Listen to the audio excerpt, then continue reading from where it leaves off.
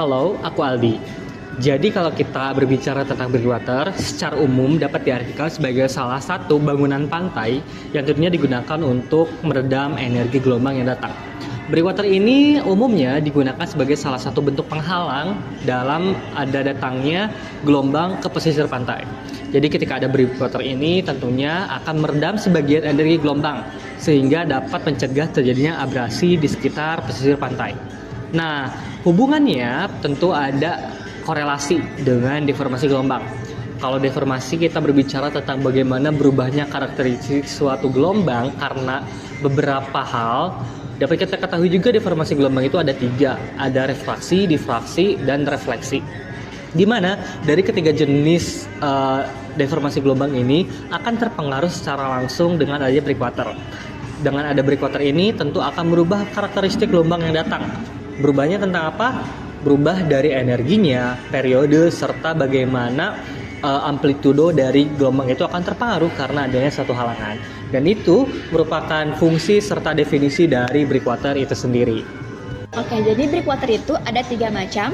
Ada breakwater berpori, breakwater floating, dan breakwater estetik. Yang akan kami rancang ialah breakwater berpori. Jadi, breakwater berpori itu adalah breakwater yang memiliki celah di antara bangunan dan bentuk breakwater tersebut. Hal tersebut akan memengaruhi bagaimana perubahan dinamika gelombang. Hai semuanya, kenalin aku Vika Faditya dengan NIM akhir 006. Jadi di sini aku akan ngejelasin alat dan bahan yang kita pakai dalam membuat breakwater berpori. Jadi alat yang kita pakai itu ember, cetok, gunting, cutter, selotip, double tip, spidol, penggaris. Terus untuk bahannya sendiri kita tuh pakai kardus, semen, sama air. Halo guys, ini kembali dengan kita kelompok 5 dan jadi di sini aku Hanan. Di sini aku bakalan ngasih tahu tentang metode kita bikin breakwaternya tadi.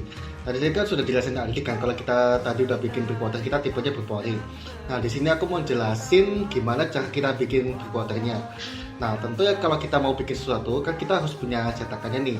Nah, cetakannya itu kita buat dari semacam kardus, ya kardus air mineral. Jadi itu kita bikin cetakan dengan ukuran 40 sampai 45 cm. Ya, standarnya sesuai mengikuti ukuran weblamnya dan panjangnya sekitar 40 cm juga. Terus kita atur set tingginya untuk kita dimasukkan cetakan semuanya itu sekitar 5 cm ya, meskipun kita bikin tingginya 10 cm biar gak meluber. Nah, setelah itu kan setelah kita buat cetakannya, nanti kita bakalan lapisin dengan plastik. Nah, plastik ini bertujuan biar nanti saat kita masukkan cetakan semennya itu biar nggak terlalu lengket sama nggak bocor di kardusnya. Nah, selanjutnya kita bisa mulai ke bagian adukan semennya nih. Terutama kita akan siapkan semennya dulu. Semennya kita buka, kita masukkan ke ember. Nah, kita tambahkan air. Jadi kita seimbangkan dulu komposisi antara semen dan airnya biar kita nggak terlalu dapat yang kental atau yang encer banget nih. Nah, jadi kalau kita dapetin tingkat tingkat adonan semennya itu udah pas, kita aduk dengan cetokannya itu. Kalau udah kita masukkan ke cetakan yang sudah kita lapisi dengan kertas plastik itu tadi. Nah, kita bisa lakukan berulang kali sampai batas 5 cm itu telah terpenuhi. Nah, kalau udah kita rapikan bagian atasnya biar enggak terlalu jelek-jelek amat. Kalau udah kita tunggu sampai 2 hari nih, kita lakukan yang 2 hari kelompok kita. Kalau udah kalau kita sudah selesai dalam 2 hari tersebut, kita bisa keluarkan dengan cara kita angkat dari kardusnya, bagian yang plastik itu kita lepaskan dengan hati-hati. Nah, kalau udah kita lepaskan semua plastik-plastik dari cetakan semennya itu, bagian fondasinya, kita bisa tambahkan dengan roster di atas. Kita bisa kreasikan mau bagaimana sebagai breakwaternya tersebut. Tinggal kita tempel dengan semen lagi di atas dari fondasinya. Thanks. Jadi kita langsung ke finishing. Ya biar rapi dikit lah ya. Jadi ini kita sedang melakukan finishing terhadap breakwater kita. Yang nanti kita akan gunakan warna yang dominan agar breakwater ini ada bedanya, ada pembeda dengan nanti ketika diaplikasikan pada daerah pesisir pantai.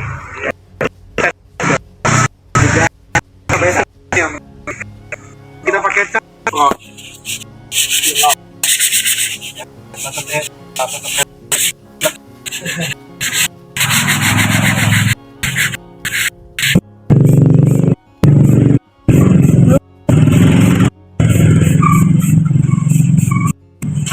itu baru. Oke, halo, aku Dian Diviani dengan NIM Aktif 158. Di sini kita udah jadi ya dari breakwater berpori dengan bahan dasar semen.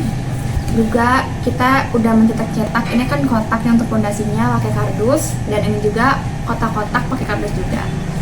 Nah, ini tuh kita breakwaternya berpori, yang mana kan berpori berarti ada space bolong kayak gini, kayak gini, dan kita dibuat V gini karena ini juga bakal ngaruh ke gelombangnya nanti. Jadi nanti kita lihat hasil gimana hasil dari gelombang yang bakal ngelewatin breakwater ini. Dadah.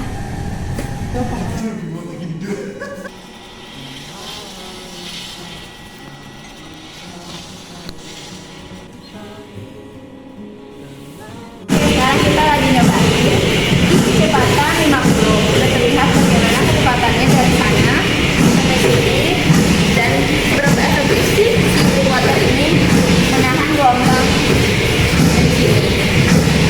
Kita bisa lihat di sini, pas gelombang di sini kan masih nguing. Nah sekarang di sini dia udah agak lumayan tuh, udah lurus. Jadi bisa dibilang ini efektif ya teman-teman. Hai guys, jadi berdasarkan proses yang telah kita buat sebelumnya sampai breakwater yang telah kita buat itu jadi, dapat dilihat bahwa breakwater itu cukup efektif untuk meredam energi dari gelombang. Dan breakwater kelompok kami itu berjenisnya berpori.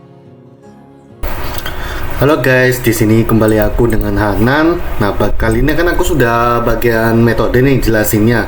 Nah, kali ini aku bakalan jelasin bagian gimana cara kita ngolah data setelah kita melakukan uji breakwater di Waveflam yang sudah kita lakukan di hari Selasa kemarin. Nah, jadi di sini kita udah dapetin data mentahnya dari yang aku ekstrak dari software Waveflamnya. Nah, di sini kan kita udah masukin ke Excel aja data TXT-nya, kita bisa masukin tanda titik 2 di alders biar kita hilangkan tanda aldersnya. Nah, terus kalau udah kita lanjut aja, kita bikin filter buat kita menyaring kecepatan yang kita inginkan. Nah, di sini aku udah masukin nih, di sini kan 50.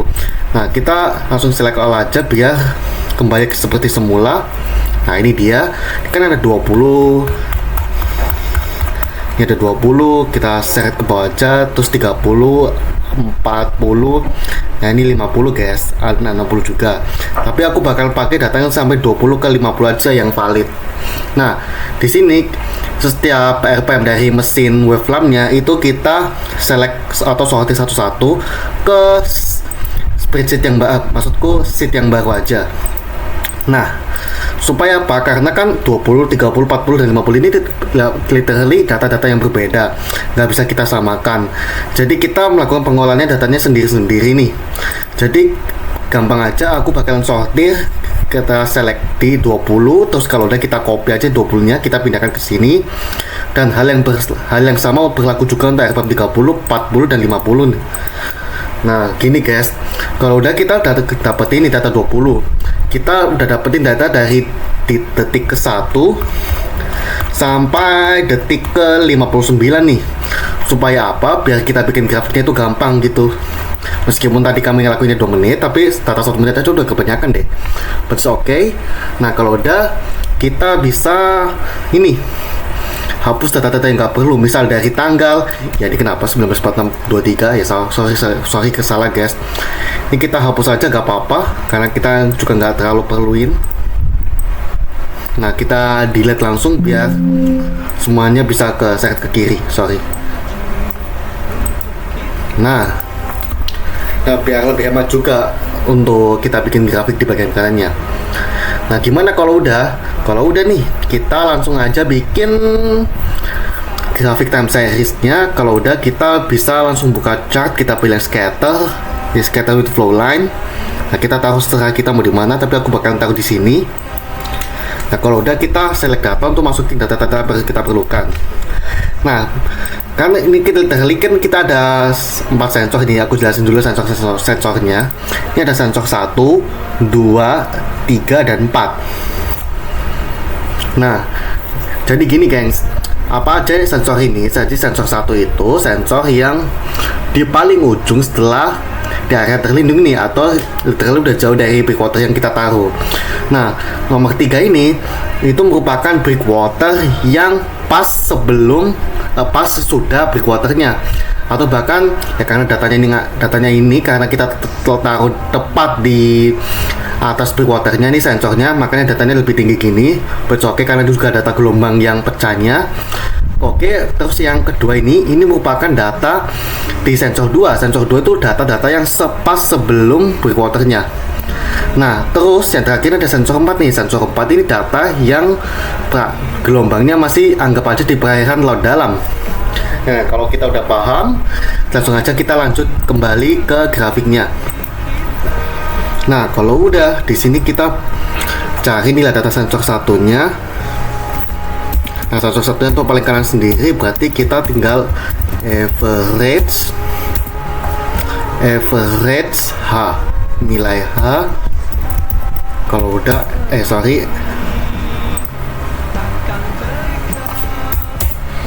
nah, kalau data sensor 2 tuh A. Jadi kita udah dapet ini data sensor 1 dan 2, 3, dan 4. Nah, untuk mencari nilai koefisiennya gampang aja nih, kita tinggal data di gelombang di perairan dalam per data setelah melewati breakwater. Nah, ini dia gengs koefisien refleksinya. Kita dapetin datanya sekitar 1,028. Nah, jadi intinya begini, kalau kita mau cari nilai dari efektivitas breakwater yang kita lakuin. Nah, ini RPM 20 ya. Kita lakukan hal yang sama persis untuk RPM 30, 40, dan 50. But di sini aku udah cukupkan aja untuk RPM 20 karena datanya sama semua. And thank you for watching. Thanks. Breakwater 5.